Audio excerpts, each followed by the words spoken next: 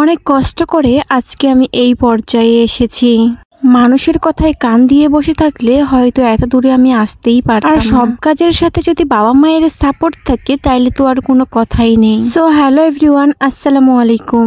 জীবনে মানুষের প্রচুর কথা শুনেছি, এমনকি আমার বাবা মাকেও আমার জন্য মানুষের কাছে অনেক কথা শুনতে হয়েছে। আমার বাবা মায়ের আমি সব থেকে বড় সন্তান, আর সব থেকে বড় কথা আমার কোনো ভাই নেই।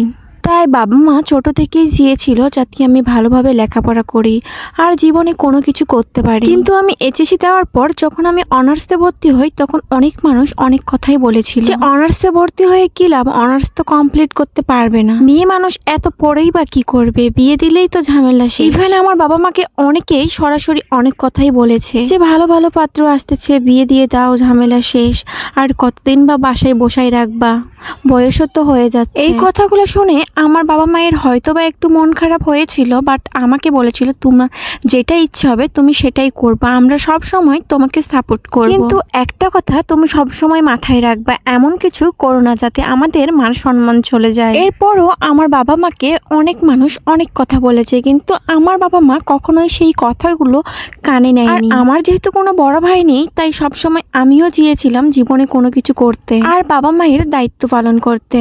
প্রথম সেমিস্টারে যখন আমি এক্সাম দিই তখন আমার রেজাল্টটা অনেক বেশি খারাপ হয় আর আমি খুব হতাশ হয়ে পড়ি। মনে হচ্ছিল তখন আর কোনো কিছুই মনে হয় করতে পারবো না। বাসায় জানানোর পর বাবা মা আমাকে অনেকটাই সাপোর্ট করে আর বলে মন খারাপ করে কি করবা, এইবার ভালোভাবে এক্সাম দিবা, ভালো রেজাল্ট করে দেখিয়ে দিবা সবাইকে। দেন এই তো সবকিছু মিলে আজকে আমার অনার্স কোর্স কমপ্লিট হয়ে গেল সবার দুয়ায় আর ভালোবাসায়। এখন এখানে অনেকেই অনেক কথাই বলতে পারে, এটা কি এমন একটা বিষয়, মানুষ কি আর লেখাপড়া করে না? হ্যাঁ ভাই, অবশ্যই করে, বাট গ্রামে যারা থাকে তারাই এই বিষয়গুলো খুব সহজেই বুঝতে পারে। আর মধ্যবিত্ত ফ্যামিলির মেয়ে হলে তো কোনো কথাই নেই, মানুষ অনেক কিছুই বলার সাহস পেয়ে যায়। সবশেষে আমি একটা কথাই বলতে চাই, মানুষের কথাই কখনো কান দিবেন না, যেটা ঠিক মনে হবে সবসময় সেটাই করবেন। তো এই তো এক পর্যায়ে আমাদের অনুষ্ঠান শুরু হয়ে গিয়েছে।